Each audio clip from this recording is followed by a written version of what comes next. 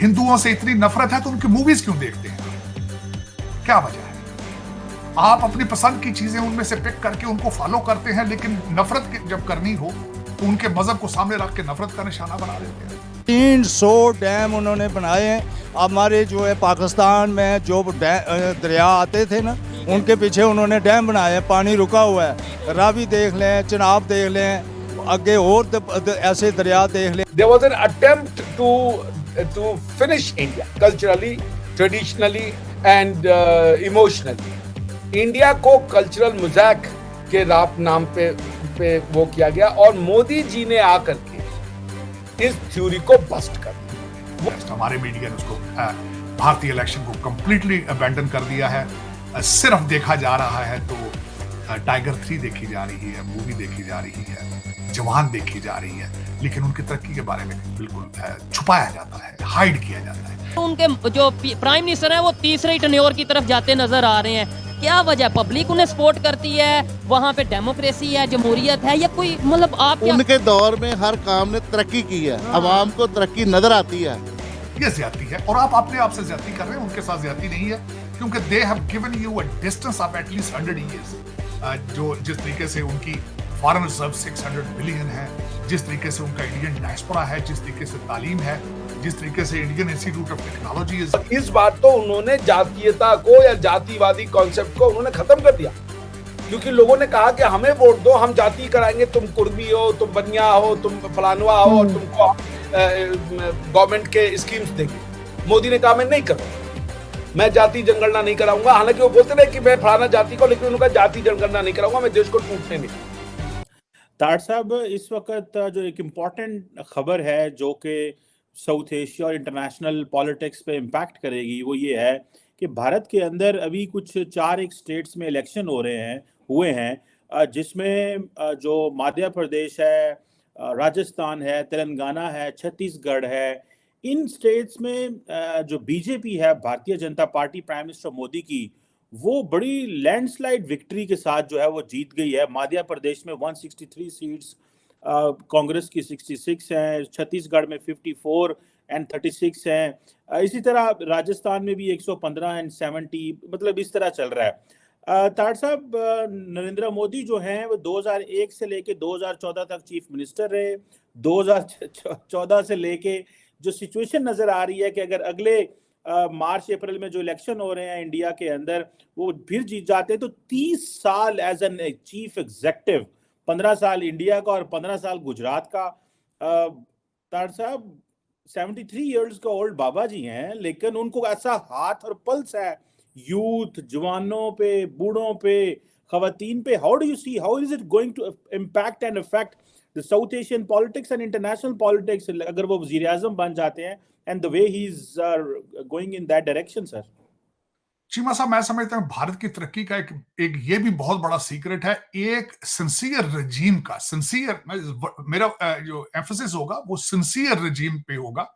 एक सिंसियर रजीम जो है वो अपनी पॉलिसीज अगर बनाती है तो उसको इंप्लीमेंट करने के लिए मेरे ख्याल में 4 साल या 5 साल is not a sufficient period. एक फिलॉसफी, एक आइडियोलॉजी, उसको इन्फोर्स करने के लिए एक लंबा पीरियड दरकार होता है। और यही मैं समझता हूं कि भारत की एक तरक्की का सीक्रेट भी यही है कि मोदी साहब जैसा उनको एक लीडर जो नेशनलिस्ट है, उन्होंने उनको लीड किया और आगे भी मजीद लीड कर रहे हैं। इकॉनमी 5वें नंबर पर है उनकी। मुझे अभी तक उनके अल्फाज याद हैं कि मैं गारंटी करता हूं कि वो विल टच द नंबर 3। मैं बताना चाहूंगा कि ये it is not by coincidence, it's not by coincidence. इसमें मोदी साहब की एक वेरी सक्सेसफुल कैंपेन, उनके कामयाब इंटरनेशनल दौरे, उनकी इकॉनमी, ग्लोबल साउथ को लीड करना, चंद्रयान, उसके बाद आदित्य 1, और उसके बाद तेजाज पे जो आखिरी उन्होंने कैंपेन की है, तेजाज में जाके जो फ्लाइट उनकी थी, मैं समझता हूं कि उसने, और फिर उन्होंने रियासतों में जहां जहां इलेक्शन थे उनमें खुद जाके उन्होंने दौरे किए हैं। और जिस तरीके से उन्होंने COP 28 के अंदर इंडिया को रिप्रेजेंट किया है, फ्रंट लाइन पे खड़े थे। एक साइड पर होस्ट थे, कतरी थे किंग, और दूसरी साइड पे जॉर्डेनियन किंग खड़े थे। और मैं समझता हूं कि Bharat is rising as a regional state. बल्कि अब तो मैंने जिस तरह बताया, रीजनल से आगे निकलकर, जब पिछली दफा टोनी बिल्कन भारत गए थे तो डॉक्टर जयशंकर ने उस प्रेस कॉन्फ्रेंस में कहा था जो कि लगता अजीब सा था उस वक्त, उन्होंने उसमें कहा था कि America is not the only super power any more. So basically Bharat जो है वो रीजनल पावर से निकलकर आगे trying to make their space among the top 5, जो जिनको कहा जाता है कि 5 बड़ी पावर्स हैं। आज मैं जब सुबह उठा हूं तो जो इंटरनेशनल मीडिया है उसमें ब्लूमबर्ग है, बीबीसी है, अल जजीरा है, फ्रांस 24 है, वॉइस ऑफ अमेरिका है, लेकिन अफसोस के साथ है कि बॉर्डर के इस पार न्यू दिल्ली से 100 किलोमीटर के ऊपर किसी को कोई पता नहीं है कि रीजन में क्या हो रहा है। अफसोस, ये मैं इस पे I will record my protest. हमारे मीडिया ने उसको भारतीय इलेक्शन को कंप्लीटली अबैंडन कर दिया है।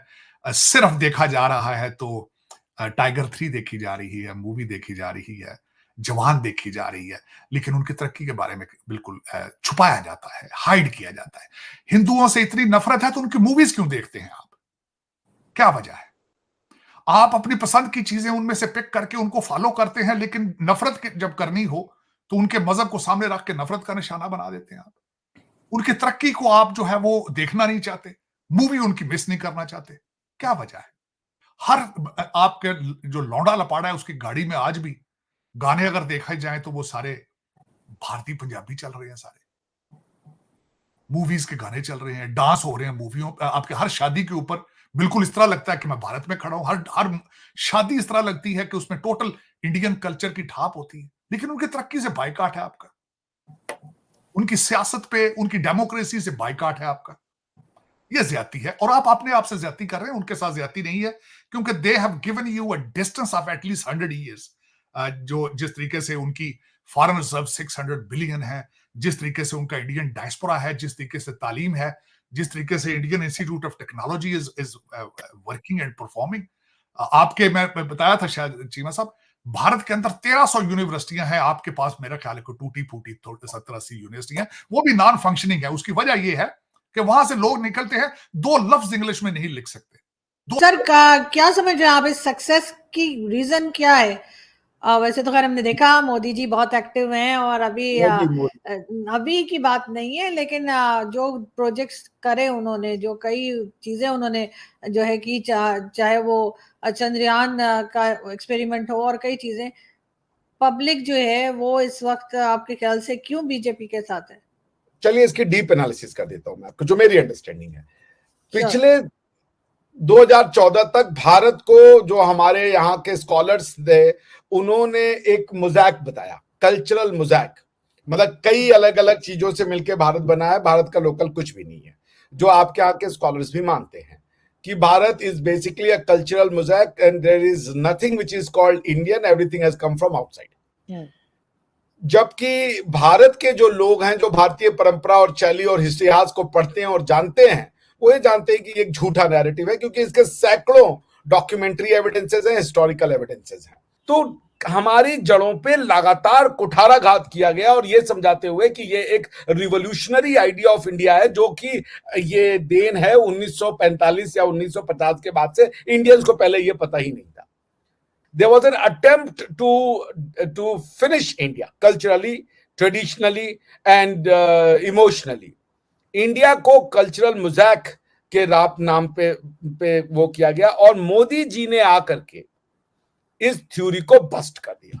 वो जो अब आप ये सोचिए, इस चुनाव में एक डिमांड हमारी अपोजिशन पार्टीज ने ये रखी कि हम अगर इलेक्शन में आएंगे तो जातीय जनगणना कराएंगे, यानी कि we will go for a caste census.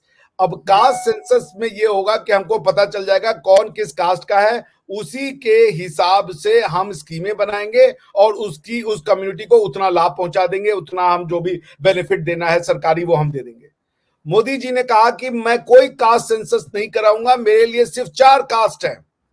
महिला, फीमेल एक कास्ट बना दी उन्होंने, गरीब, पॉवर्टी को एक कास्ट बना दी उन्होंने, उसके बाद विकास, डेवलपमेंट को एक कास्ट बना दी उन्होंने, और उसके बाद शिक्षा, इसको एक कास्ट बनाई उन्होंने। ये 4 जाति है जिसको मैं मानता हूं, और इसी 4 जाति के नाम पे आपको वोट देना पड़ेगा। आप वोट देना चाहें तो दीजिए। लोगों ने दिया। लोग नहीं जाना चाहते कास्ट के ऊपर, अपनी भारतीय आइडेंटिटी, राष्ट्रवाद की आइडेंटिटी। देखिए हमारा राष्ट्रवाद जो है ना, अर्जुन मैं बस 1 मिनट और बोलूंगा, मुझे पता है मैं लंबा बोल गया। नहीं बात कीजिए जी। राष्ट्रवाद है ना, वो नेशनवाद नहीं है। भारत नेशन नहीं है। भारत को नेशन कहना बहुत बड़ी बेवकूफी होगी। भारतीय राष्ट्रीयता को नेशनलिज्म कहना मूर्खता होगी। वो क्यों होगी मैं बताऊं। ऐसा नहीं कि जो लोग कह रहे हैं वो मूर्ख है, नहीं, क्योंकि वो भारत को समझ नहीं रहे।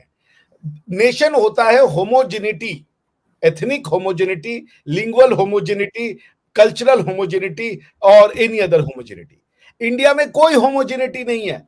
कोई तमिल है, कोई तेलुगु है, कोई उड़िया है, कोई पंजाबी है, कोई राजस्थानी है, कोई हरियाणवी है, कोई हिंदी है, कोई बिहारी है, कोई कश्मीरी है, कोई तमिल है, कोई तेलुगु है, कोई आप जितनी और सोचते हैं, बंगाली है, कोई असमिया है, कोई नागालैंड है, कोई मिजो है, कोई मणिपुरी है, कोई एक ये सारे छोटे छोटे नेशन है। इंडिया को समझना है तो आप जर्मनी से इंडिया का कंपैरिजन नहीं हो सकता। इंडिया का कंपैरिजन होगा यूरोप से।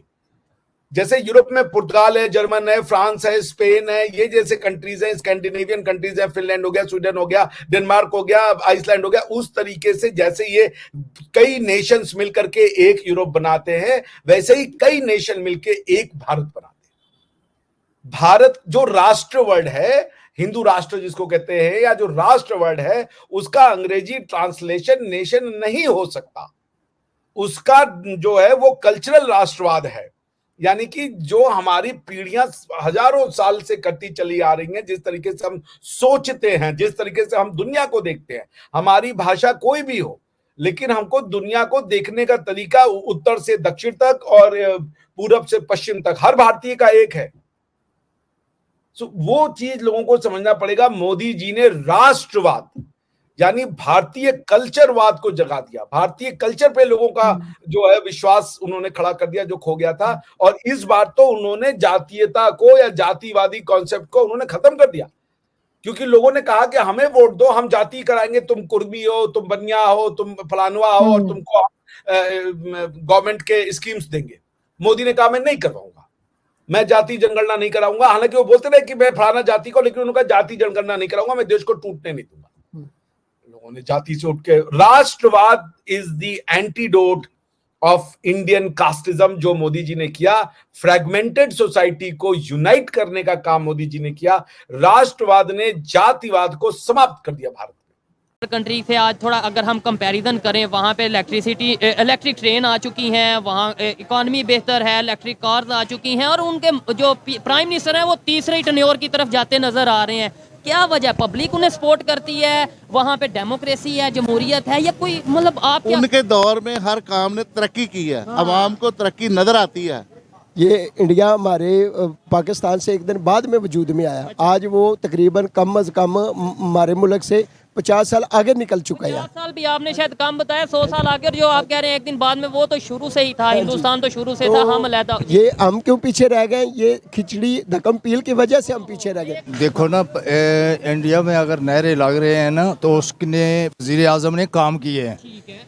पाकिस्तान में इतने डैम नहीं बनाए जितने उसने इंडिया में डैम बनाए हैं। ऐसे ही है। और हर सनतकार को जो है ना बिजली की रिलीज देती गई, यही ना, ठीक है। ऐसे ही है। इन्होंने ये जो पुल बनाए हैं या ये चीज़ें बनाई हैं, ये अवाम की सहूलत के लिए नहीं है। इंडिया की तरक्की का क्या राज? उनकी अवाम अपने मुल्क से मोहब्बत करती है। ये तो नहीं कि सिर्फ उनके लीडर अच्छे हैं तो इस वजह से। नहीं नहीं नहीं नहीं, लीडर उन अवाम की मर्जी मंशा के मुताबिक काम करते हैं, इसलिए वो अवाम के दिल जीत लेते हैं। अवाम कहती फिर दोबारा यही आए, अब की बार फिर मोदी सरकार उधर, ये नारे लगा। जी, जिस तरह इंडिया की अवाम और सियासतदान और पार्लियामेंट नारे लगा रही है, मोदी सरकार तीसरी बार, इसी तरह ये मुल्क की अवाम भी नारा लगाएगी मियाँ साहब पांचवी बार, चौथी बार। क्या बात है। भी ऐसे ही उनका रेलवे का सिस्टम यही था। देखो ना, उनका यही सिस्टम था। आज किधर है?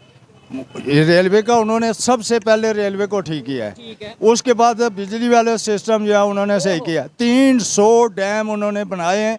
हमारे जो है पाकिस्तान में जो दरिया आते थे ना, उनके पीछे उन्होंने डैम बनाए हैं, पानी रुका हुआ है। रावी देख लें, चिनाब देख लें, आगे और ऐसे दरिया देख लें। तो उन्होंने गलत तो नहीं किया मेरे ख्याल, अपने लिए उन्होंने ठीक किया। अपने मुल्क के लिए उन्होंने सब कुछ किया है।